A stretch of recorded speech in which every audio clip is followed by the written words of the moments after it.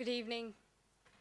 First of all, I would just like to comment on the title BME, Black Minority Ethnics.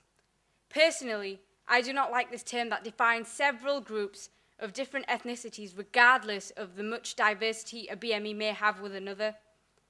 From the East Asian to the Afro-Caribbean individual, all of whom come from different backgrounds categorized as one. When you hear the term BME, what do you think? Do you honestly consider the high academic achieving Sri Lankan girl, or does the antisocial African boy come to mind? Now be honest here, because I will. I am a so-called BME student, but even when I hear those three letters strung together in that particular order, I immediately attach all the negativity I hear about my fellow BME associates.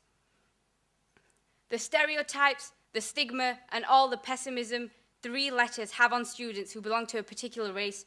I challenge these labels and these stigmas. In fact, every member of this forum and this panel challenge these stereotypes in order to overcome any self-fulfilling prophecies that may affect our positions in society, because we are the handful of students who are the future generation, not specifically to gain a hip-hop career or to open up a corner shop or to continuously feed the stereotypes, but to bring some colour into Parliament and into British politics.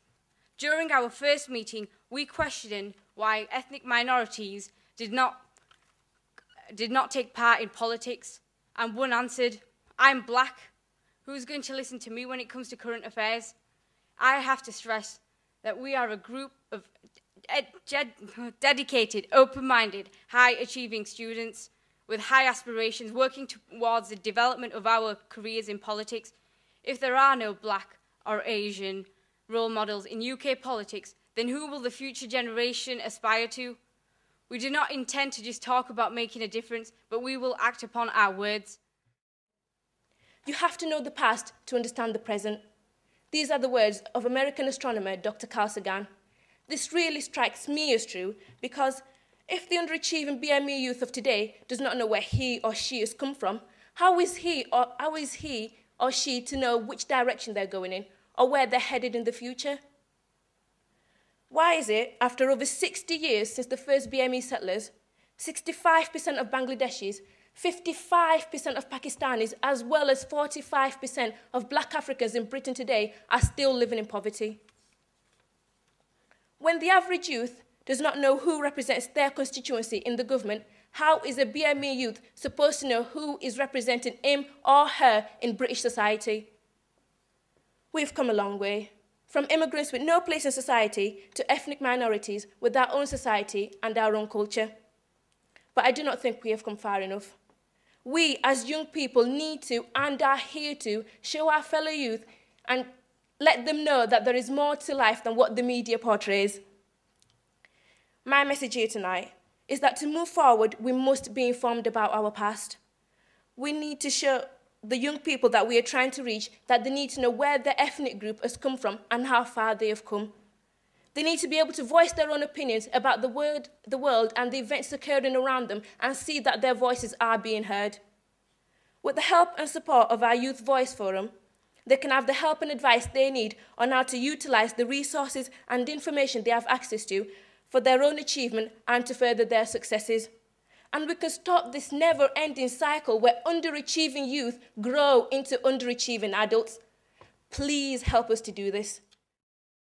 A day will come in all our lives where we'll look back to our past to recognise the impact we have made upon this world.